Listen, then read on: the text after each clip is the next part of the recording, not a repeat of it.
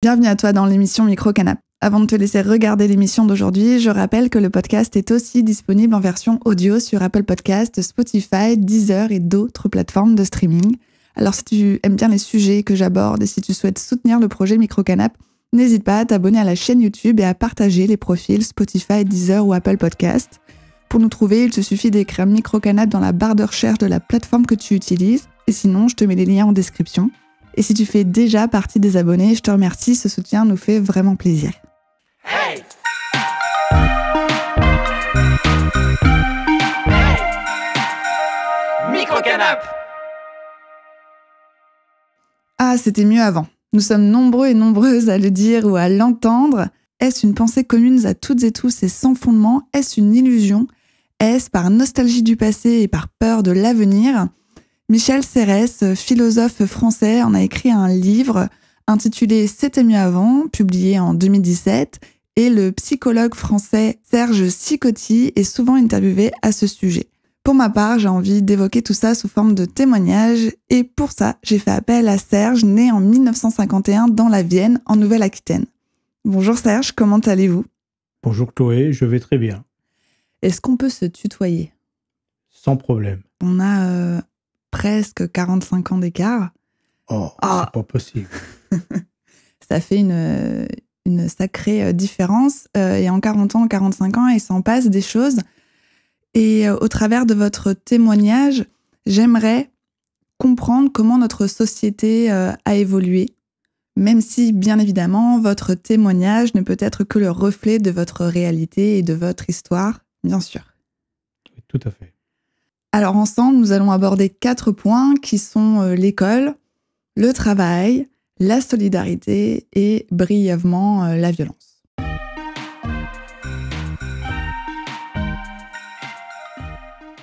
D'abord, Serge, à travers vous, il y a plusieurs générations. Vous êtes père, grand-père. Vous avez combien d'enfants et de petits-enfants? Alors, j'ai 2 enfants, une fille et un garçon. Okay. Et 3 petits-enfants, 2 filles et un garçon. Ma fille, elle a 50 ans et mon fils a 49 ans. 49 ans et 50 ans. Ah, très proches tous les deux. Ah, très proches, du même mois. Pas de la même année, mais du même mois. Je vous vois depuis tout à l'heure, je vais m'adapter au tutoiement, désolée. Du coup, ta femme, elle a eu 2 enfants en 1 an. Pour l'époque, c'était normal d'avoir des enfants si rapprochés? Oui, à cette époque, la contraception était beaucoup plus difficile à avoir. Et ça s'est trouvé que, on a eu 2 enfants l'un après l'autre. Et d'ailleurs, c'est très bien comme ça. On peut voir nos petits-enfants beaucoup plus.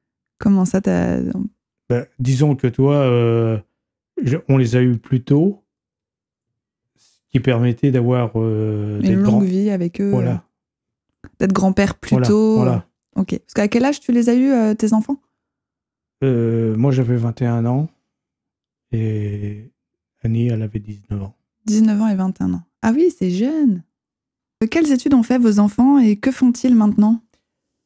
Alors, ma fille a fait un bac chimie. Mon fils a fait un bac professionnel. C'était dans la maintenance. Enfin, je sais pas trop, là, parce qu'à cette époque-là, c'était... Ça change vite. Ça change vite, oui. Mais ils n'ont pas appliqué ce qu'ils ont appris. Ma fille a fait l'armée. Elle a été sous-officier dans la marine. Et mon fils, lui, a fait pas mal de petits boulots qui correspondaient un peu dans ce qu'il faisait, dans la maintenance, tout ça. Et d'ailleurs, aujourd'hui, ils font quoi, tous les deux? Alors, ma fille va faire la gestion des payes dans une boîte. Et mon fils, il travaille dans une fabrique d'étiquettes pour les fromages. Cette fabrique se reconnaîtra certainement, parce qu'il n'y en a pas beaucoup qui font ce genre de travail. Dans la Vienne, en plus. Oui.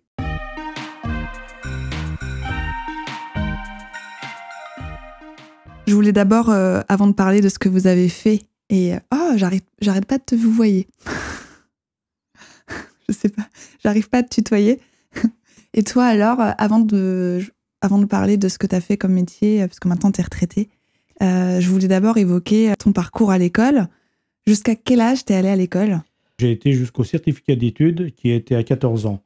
Moi, je l'ai passé avant parce que, comme je suis né en décembre, on bénéficiait d'une année en avance. Et après, j'ai voulu faire un travail dans un lycée de technique. C'était la mécanique générale.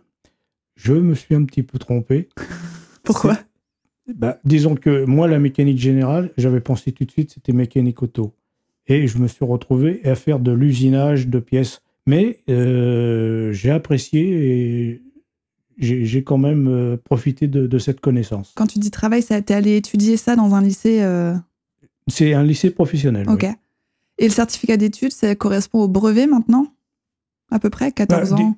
Disons, on va dire oui, parce que une année c'était sur la France et une année c'était sur le monde. Donc il y avait des questions sur les. Quand c'était sur le monde, sur les pays, sur tout ce qui se passait en histoire.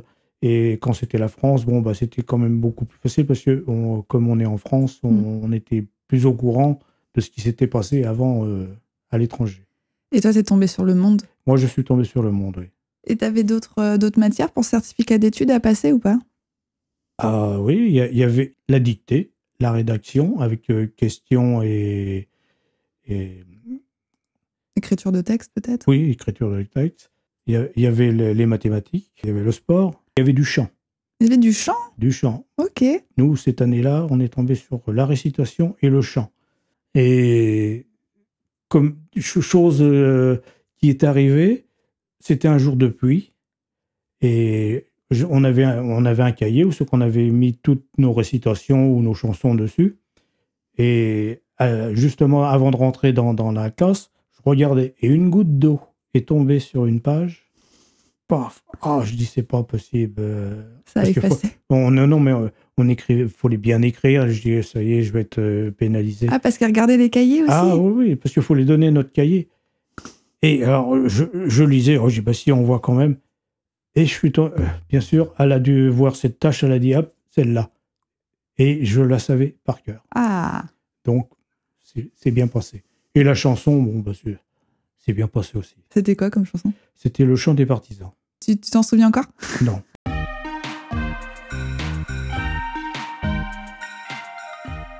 L'école, elle est devenue obligatoire jusqu'à l'âge de 16 ans à partir du 6 janvier 1959. C'était Jean Berthoin, à l'époque, qui était ministre de l'Éducation française. Apparemment, il menait à l'époque une politique de modernisation et de démocratisation du système éducatif. Donc toi, tu rentres en plein dedans, en fait. À 14 ans, tu as eu ton certificat d'études. Ensuite, tu as fait ta formation mécanique. J'ai fait 1 an de lycée professionnel et j'ai fait un apprentissage. Et ça, c'était obligatoire, l'apprentissage? Non, je pouvais... disons que fallait trouver quelque chose, soit c'était à cette époque-là, on allait à la queue des vaches. C'est quoi ça? On allait dans les champs, hein, on gardait les vaches, c'était l'agriculture. Ou alors, on faisait un apprentissage. J'ai un patron, donc à cette époque-là, il n'y avait aucun problème. L'apprentissage, c'était simple. Pour trouver un patron, il n'y avait pas de souci. Ah ouais? Ah non. Parce que c'est vrai que maintenant, les jeunes, c'est un peu compliqué pour eux de trouver un patron. Après, c'est qu'il y a moins de patrons aussi, peut-être, tout simplement. Disons qu'il y a peut-être un peu moins de patrons et les possibilités sont moins faciles pour eux.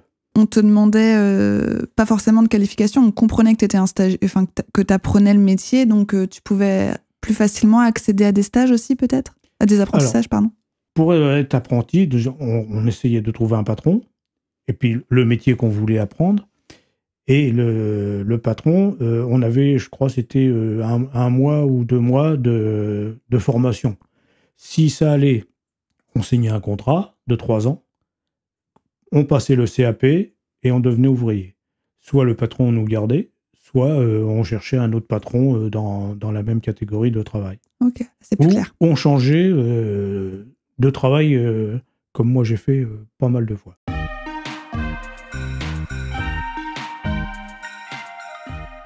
Et c'était quoi l'ambiance à l'école un peu? Est-ce que c'était très dur? Moi, je revois dans le film Les choristes, par exemple, un prof qui est assez dur, qui tape un peu les doigts avec les règles ou des choses comme ça. C'était aussi, entre guillemets, violent. Disons que ce film-là, Les choristes, on pourrait même en rajouter un autre, c'est La guerre des boutons. Si vous regardez bien les films Les Don Camillo.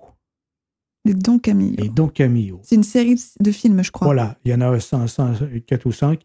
Ça représente très bien à peu près l'époque. C'était à peu près ça. Il faut dire que les professeurs, enfin, on a appelé ça l'institutrice ou l'instituteur. C'est vrai.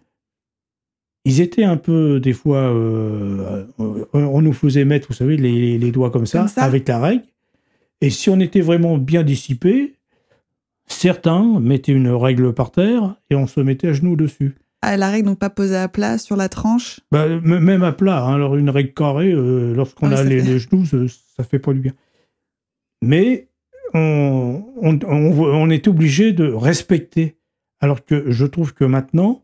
On respectait parce qu'il y avait cette crainte. Parce que, voilà. Et si par exemple, il y avait des instituteurs, même institutrices, parce que nous, de toute façon, moi, à l'école où j'étais, c'était pas mixte. Oui, parce on n'était que des garçons et il y avait l'école des filles. J'ai été dans une école mixte quand j'ai changé d'école sur une année. C'était en pleine campagne. Donc là, c'est normal qu'il y avait les deux. Oui, parce que l'école mixte, elle a été rendue obligatoire dans l'enseignement primaire et secondaire avec la loi Haby. Haby, c'est H-A-B-Y, hein, le 28 décembre 1976. Donc, pour en revenir, l'instituteur, des fois, pouvait donner une gifle. Mais c'était pas non plus il donne une gifle. Et si, par exemple, vous aviez le malheur, on va dire, de dire à vos parents, tu sais, papa, maman, l'instituteur, il m'a mis une gifle. Vous en receviez une autre.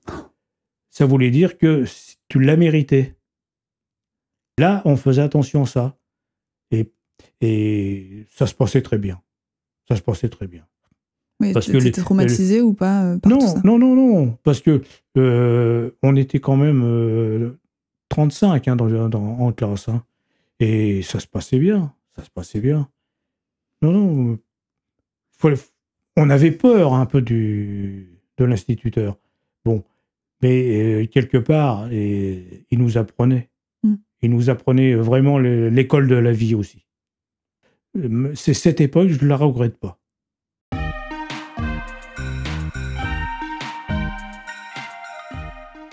Est-ce qu'à l'école, on t'apprenait la notion de respect, de bienséance, bien se tenir en fonction de telle situation, ou c'était naturel justement avec cette peur de l'instituteur, avec ses punitions?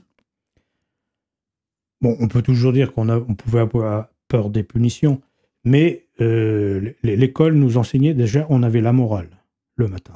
C'est quoi? Le matin, lorsqu'on rentrait, déjà, on se levait, on disait bonjour. Des fois, on chantait une petite chanson et il y avait une morale. La morale, c'était par exemple sur ce qu'il fallait pas faire, ce qu'il fallait pas dire, comment se comporter avec les personnes. Et ça manque. Ça manque. Si tu veux, nous, à l'école, c'était le professeur qui éduquait quand même. Disons que lorsqu'on est chez soi, on est avec ses parents. On a moins peur de ses parents que de l'instituteur. Donc, lorsque l'instituteur dit, lorsque vous voyez une personne âgée, vous la saluez, vous enlevez votre casquette, ça nous conditionne plus. Mmh. Alors que si c'était chez nos parents... On n'écoute pas trop les parents, voilà. Quoi. Bon, quand on est enfant, on essaye toujours d'amadouer nos parents. Hein.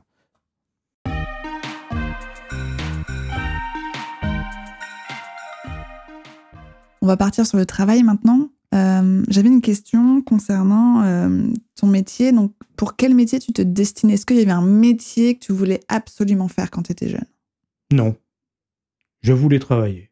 Et puis, bon, Le travail est venu comme ça. Hein, j'ai fait plusieurs travails qui m'ont plu. Et le dernier, je l'ai gardé parce que, bon, bah, il y a un moment, il fallait quand même être sage. Mais à cette époque-là, il y avait plein de travail. On appelait ça les 30 glorieuses. Donc, il n'y avait aucun souci. Parce que moi, à mon époque, des fois, j'allais travailler chez un patron. Bon, bah, des fois, ça me plaisait pas, ce que je faisais. Je disais, bon, bah non, au revoir. Et puis, le lendemain, j'en avais un autre. Hein. Alors, tu as travaillé 42 ans au total. Sur toute cette carrière, tu as fait combien de jobs? Eh bien, j'ai eu 40 patrons. Limite, un par an. ce qui a été, lorsque j'ai demandé mon droit à la retraite, des recherches et puis... Oui, parce qu'il fallait retrouver tes payes. Il fallait retrouver les fiches de paye, il fallait retrouver éventuellement les contrats de travail. Mais enfin, ça a très bien marché. C'était normal à l'époque de changer autant d'employeurs? Oui. Oui. C'était pas mal perçu? Non, parce que moi, quand j'étais apprenti, justement, il y avait un ouvrier qui était avec nous. Et un jour, comme ça, il était voir le patron. Il a demandé l'augmentation. Le patron a dit non. Et moi, il m'a dit, bon, bah Serge, dans 8 jours, hein, je suis parti. Donc, il est parti. Et parce qu'il était sûr de facilement retrouver du travail derrière. Ouais. À cette époque-là, au contraire, on venait même débaucher des fois. On venait te chercher, alors on préférait t'avoir chez nous? Ouais. T'as fait quoi comme type de métier? Enfin, tu peux m'en citer un peu quelques-uns? J'ai vendu des glaces. J'ai vendu du poisson. J'ai fait, serrurier. Serrurier? Oui. Après, j'ai fait beaucoup de travail en usine. J'ai été fonctionnaire. C'était ma dernière mission. Et là, je suis resté jusqu'au bout, hein, bien sûr. Je ne pouvais pas non plus partir. C'était quand même pas mal. Fonctionnaire, c'était bien. Alors, j'étais agent maîtrise principale. Ça consiste en quoi? Je gérais une équipe et les travaux qui étaient prévus pour ce genre de service. J'étais dans un service circulation, je peux même dire où exactement. J'étais à la mairie de Poitiers. Pendant combien d'années? 28 ans. 28 ans? Donc, 40 employeurs, mais dont un qui a duré 28 ans. Donc, ça veut dire que tu as fait 39 employeurs en moins de 15 ans de carrière. Ah oui, parce qu'il y en a même, j'ai travaillé qu'une matinée. Parce que ça te plaisait pas? Disons, soit ça correspondait pas à ce que je voulais faire un peu. Ok. Et puis... En fait, on s'interdisait pas de venir tester un job, quoi. Voilà. Disons que j'avais pas spécialement des formations sur tout. Et là, lorsque je me présentais chez un patron pour travailler, déjà, si j'y allais, c'est que je me sentais capable de réaliser ça. Et si je voyais qu'il y avait un petit doute, des fois, je disais au patron, écoutez, vous me prenez pendant 8 jours. Si dans les 8 jours, vous trouvez que c'est pas ça, je m'en vais, vous me devez rien, je vous dois rien.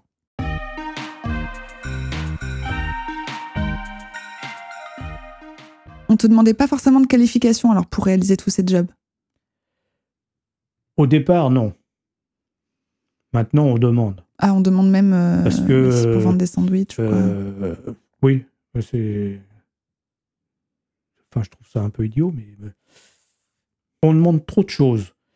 Disons que ce qui serait bien, c'est de laisser, par exemple, un certain temps à la personne pour qu'elle dise, voilà, il faut faire ça. Mais moi, j'ai remarqué que avant, lorsqu'on était apprenti, on ne nous empêchait pas de monter sur une échelle. On ne nous empêchait pas de monter ça. On ne nous empêchait pas de faire ça. On ne nous empêchait pas de faire ça. Maintenant, lorsque on a un apprenti ou quelque chose, eh bien, on ne peut pas lui faire n'importe quoi. Parce qu'il y a tellement d'accidents du travail, etc., voilà, qu'il y a beaucoup de règles à respecter. Même dans ma profession où j'étais à la ville de Poitiers, lorsqu'on avait un saisonnier ou un petit jeune, eh bien, on ne pouvait pas lui faire n'importe quoi. Donc, je je trouvais ça bête parce que c'était pas l'apprendre. Avant, on prenait peut-être plus le temps aussi d'apprendre à la nouvelle personne qui arrivait dans l'équipe le métier ou les outils. On vous formait, parce que c'était rare lorsqu'on partait tout seul sur un truc. Parce que moi, je me souviens, j'étais livreur aussi. Donc, les premiers temps, on était 3. Après, j'ai eu une personne, comme j'étais le chauffeur, j'avais une personne avec moi pour m'aider à livrer les meubles, tout ça, et les monter. Donc, j'étais formé déjà avant, au moins sur une quinzaine de jours. Et ça dépendait... Ah oui, c'est une quinzaine de jours. Tout dépendait de vos capacités. C'est-à-dire que si le gars qui était avec nous, qui nous apprenait, voyait que, il n'y avait pas de souci pour... donc, il disait aux dirigeants, on peut le lâcher, il n'y avait pas de souci.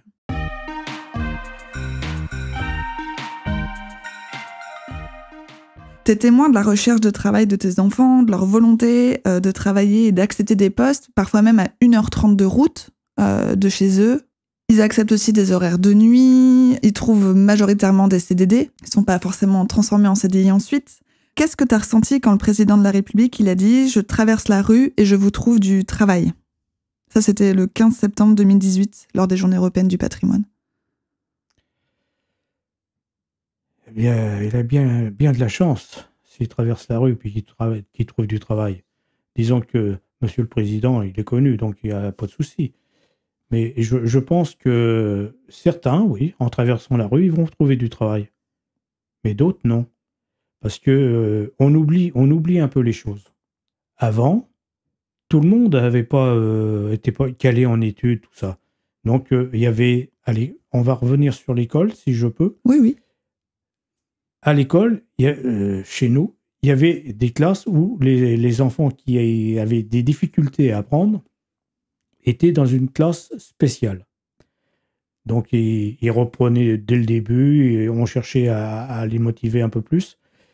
Et ils arrivaient à la fin à trouver du travail. Alors que maintenant, on n'a plus ce genre de travail. On appelait ça des manœuvres, des manœuvres, ou alors des journaliers. Justement, j'ai une question par rapport à ça. Est-ce que tu penses qu'à absolument vouloir moderniser et démocratiser le système éducatif, on a construit une société de diplômes et créé des tensions dans certains domaines? Oui. On demande trop de choses aux gens.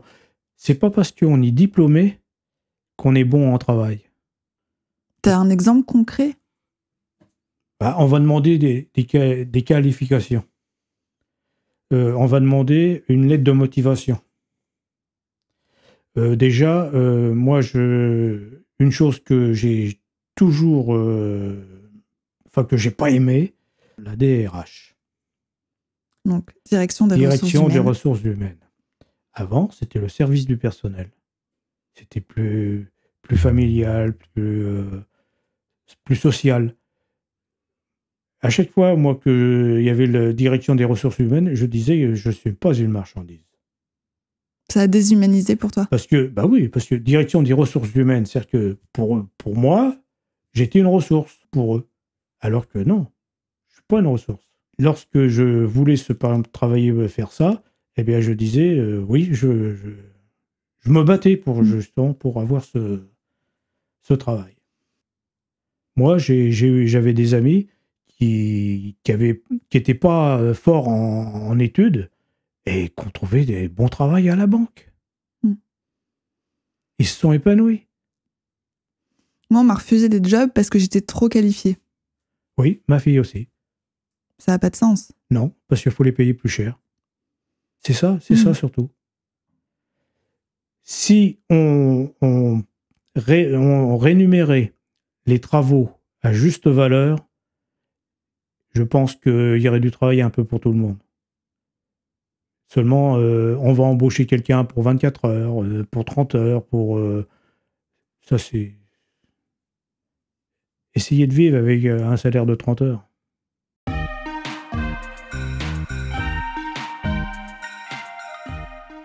En 2016, selon l'INSEE, la France comptait 6,3 millions d'ouvriers.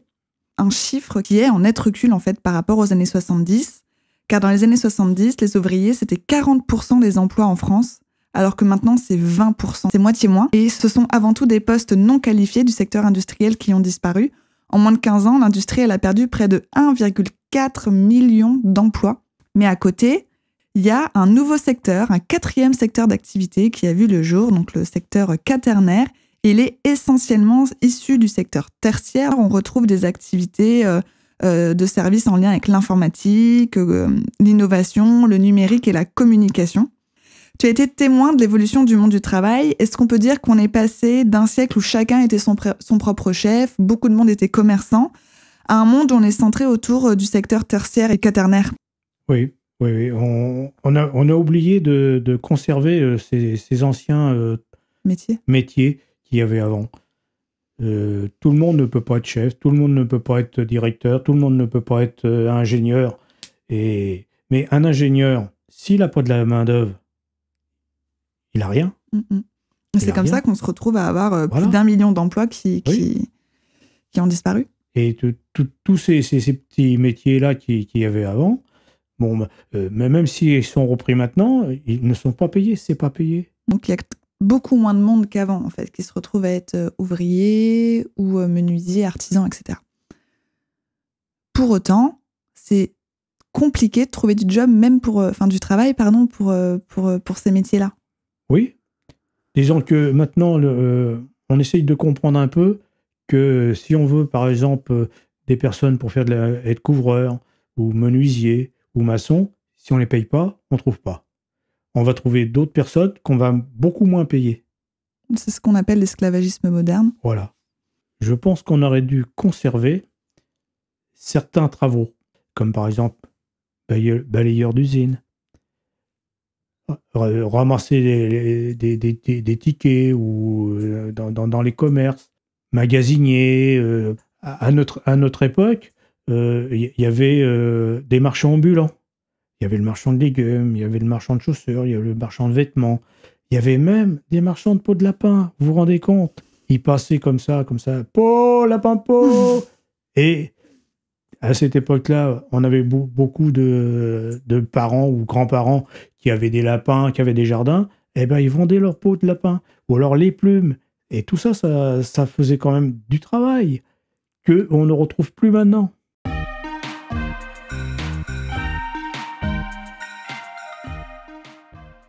J'aimerais parler, pour finir cette entrevue, de la solidarité, mais aussi de la violence.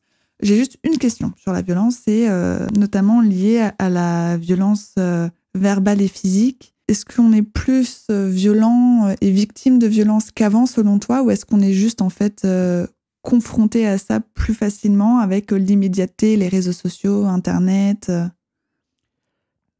Avant, la violence a toujours existé. Avant, les violences, c'était pas si terrible que maintenant. Maintenant, c'est plus des violences, c'est la guerre. Moi, c'est ce que je ressens, c'est la guerre. On peut pas vivre. Non, là, ça devient même dangereux.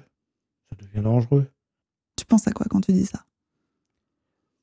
Toutes ces manifestations qu'il y a et qui aboutit à détruire le bien d'autres, tout ça. Nous, à cette époque-là, c'était pas ça. Hein. Il y avait pas cette tentation. Bon, on n'était pas content, d'accord. Si on était mal payé, on n'était pas content, on faisait grève, tout ça. Mais maintenant, on va pratiquement nous empêcher de faire grève. Et si on fait une manifestation, on c'est réprimandé, ou alors d'autres choses se grèvent dessus. Je dis pas qu'il faut pas dire les choses qui ne vont pas, mais pas arriver à une telle violence. Mais là, j'ai l'impression que l'analyse, elle est dans ce que tu dis, c'est-à-dire que on est violent, mais parce qu'on nous pousse à la violence, finalement, de par des décisions d'interdiction de grève. Oui. On est poussé à faire quelque chose pour vivre. C'est comme un enfant, par exemple, qui arrive pas à avoir quelque chose, pour se faire voir, il va faire des bêtises. Il va faire de façon à, pourquoi tu as fait ça? Pourquoi? On voit qu'on s'occupe de lui. Si on le laisse dans un coin comme ça, bah, le gamin... À d'autres époques, il y a eu une violence. On appelait ça les blousons noirs. Qu'est-ce que c'est les blousons noirs? Alors, bah, c'était des jeunes qui étaient pas contents de ce qui se passait, qui a abouti à mai 68. Ça a été un peu l'engrenage. Mais disons que à cette époque-là, bon, bah, c'était pas si violent comme maintenant. Là c'est une violence, mais ça fait peur. Et on parle aussi beaucoup de vol. Est-ce qu'on volait autant avant? Est-ce qu'il y avait des alarmes dans les magasins et tout ça? Il y avait des alarmes dans les magasins, c'était surtout au niveau des disques. Mais non. Et si. Parce qu'à cette époque-là, à partir de 66, bah, les tourne-disques, tout, c'était l'époque. Hein. L'époque yéyé, on appelait. Et bien, tout le monde ne pouvait pas s'acheter le 45 tours, parce que c'était beaucoup de 45 tours à cette époque-là. Et il y avait beaucoup de vols de 45 tours. Puis après, bah, il y en a qui... Enfin, actuellement, il y en a qui volent parce qu'ils n'ont pas à manger. Après, celui qui a faim, il va pas aller s'amuser à voler un disque. De ce qu'il y a, c'est que, bon, bah, on nous fait miroiter trop de choses à avoir. Vous avez des tentations. Vous avez des tentations. Et puis en plus, on va vous dire, on va vous faire régler en 3 fois sans frais. Donc, c'est des choses qu'il faut... Parce qu'à notre époque, le crédit était... C'était difficile d'accès. Était difficile. Le seul crédit qu'on pouvait avoir, c'était en alimentation. Moi, quand j'étais gamin, les personnes âgées qui habitaient à côté de chez nous, des fois, je leur faisais leurs courses pour avoir une petite pièce, hein, pour aller m'acheter, par exemple, un Malabar ou un truc comme ça. Et je faisais leurs courses et des fois, elle me disait, bah, tu dis que ça sera payé la semaine prochaine. Donc, je disais, bah, tiens, au commerçant, tiens, madame Intel, là, elle voudrait ça, mais elle a dit qu'elle passerait la semaine prochaine. Il n'y avait aucun souci.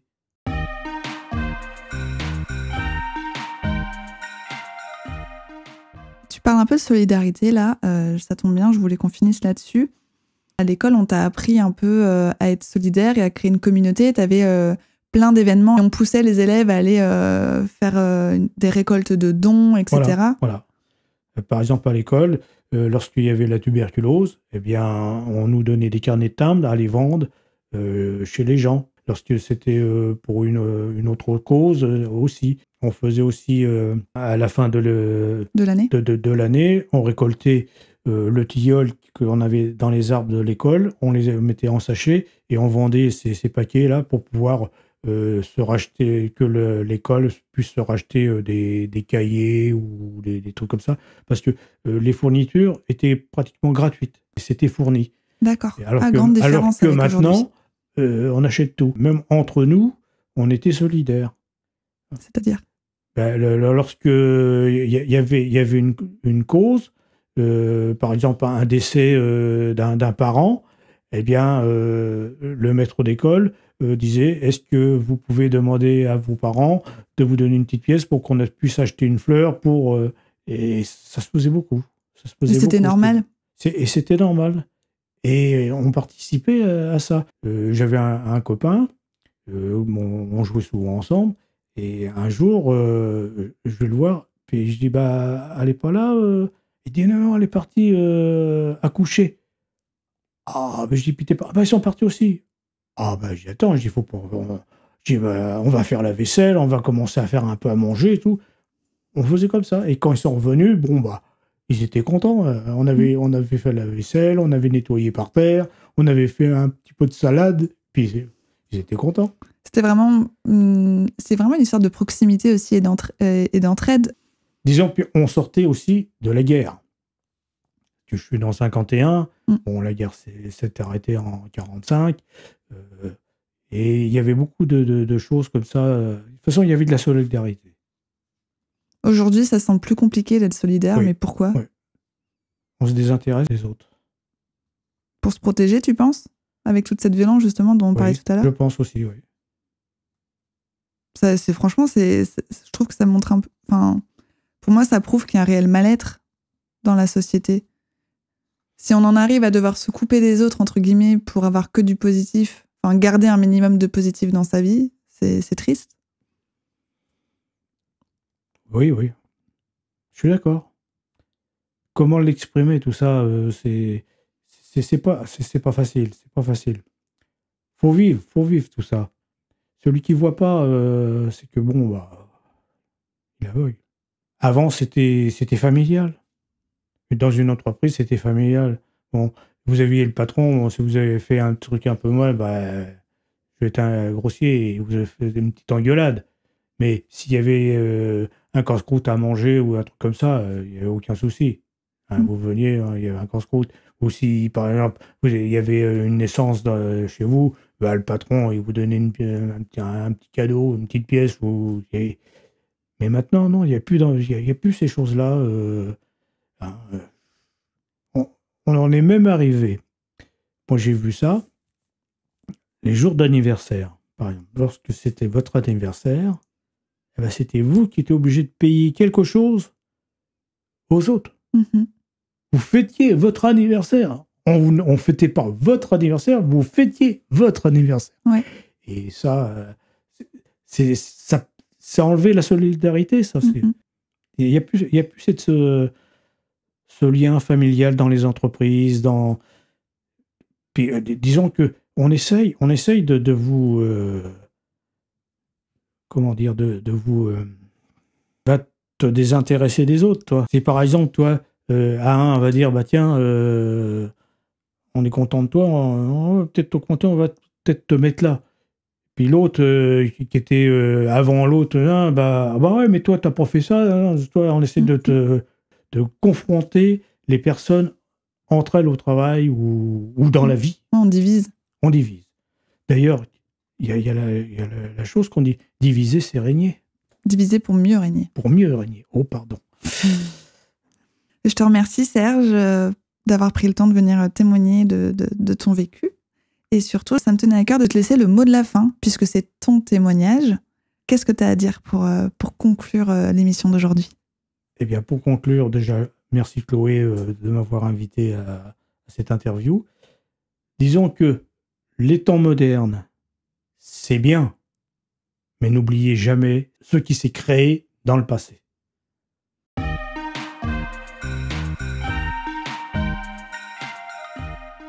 Je te remercie d'avoir regardé l'émission d'aujourd'hui. Si ce n'est pas déjà fait, n'hésite pas à t'abonner à la chaîne YouTube et à suivre Microcanap sur Instagram et TikTok. Et puisque l'émission sort tous les jeudis, je te retrouve la semaine prochaine pour un nouveau sujet.